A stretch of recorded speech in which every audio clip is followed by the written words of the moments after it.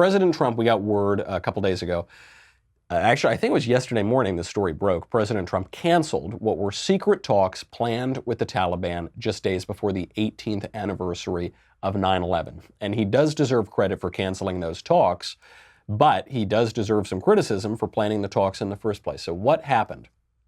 President Trump tweeted about this. He explained the entire situation. He tweeted out, quote, "Unbeknownst to almost everyone, the major Taliban leaders and separately the president of Afghanistan were going to secretly meet with me at Camp David on Sunday.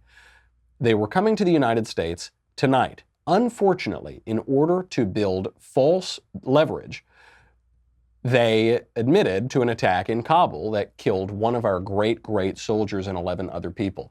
I immediately canceled the meeting and called off peace negotiations. What kind of people would kill so many in order to seemingly strengthen their bargaining position?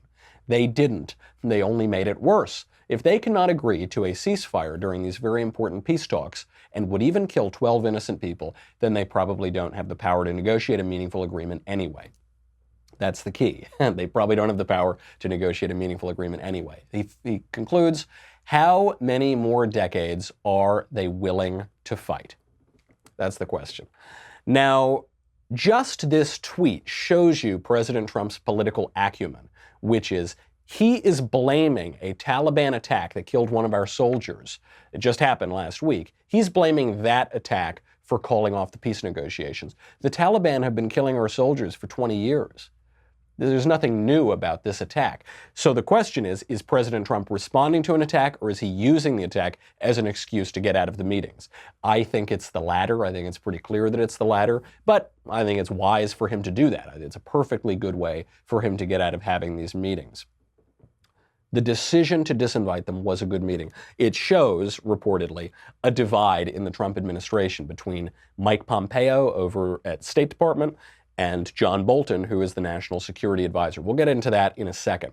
But we shouldn't narrow in on why this was such a mistake in the first place, why it was such a mistake to invite them.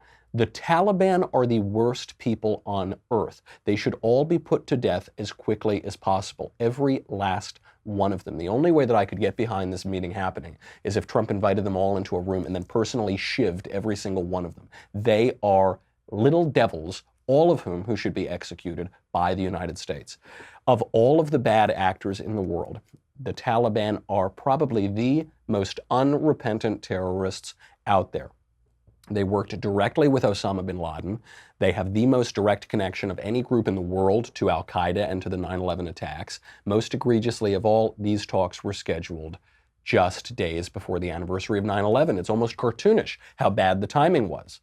This was politically potentially a disastrous situation. Even if the talks had gone well, even if they somehow got everyone in the room, the president of Afghanistan and the Taliban and the president of the United States, and they said, okay, we're going to stop the war in Afghanistan, we've come to this political solution, even then it looks bad. Because you were inviting people who were responsible for 9/11 to U.S. soil, to the presidential retreat. I mean, this is as prestigious a place as there is in the entire country, just days before 9/11. It just looks like a victory for them. It looks like they're gloating. Absolutely terrible. And by the way, the talks wouldn't have gone well. They wouldn't have gone well, as President Trump concludes in his tweets, because there is no evidence whatsoever that the Taliban can negotiate in good faith. They are demons, they are devils, and they should all be wiped off of the earth. Only God can judge, but the United States can arrange the meeting, and we have done that with the Taliban, and we should do that with the Taliban. They do not have any redeeming qualities. Thank you for tuning into the Daily Wire, one of the fastest growing conservative media outlets in the country. If you enjoyed this video, and frankly, even if you didn't, please be sure to give it a like and subscribe to our YouTube channel so you don't miss out on any of our content.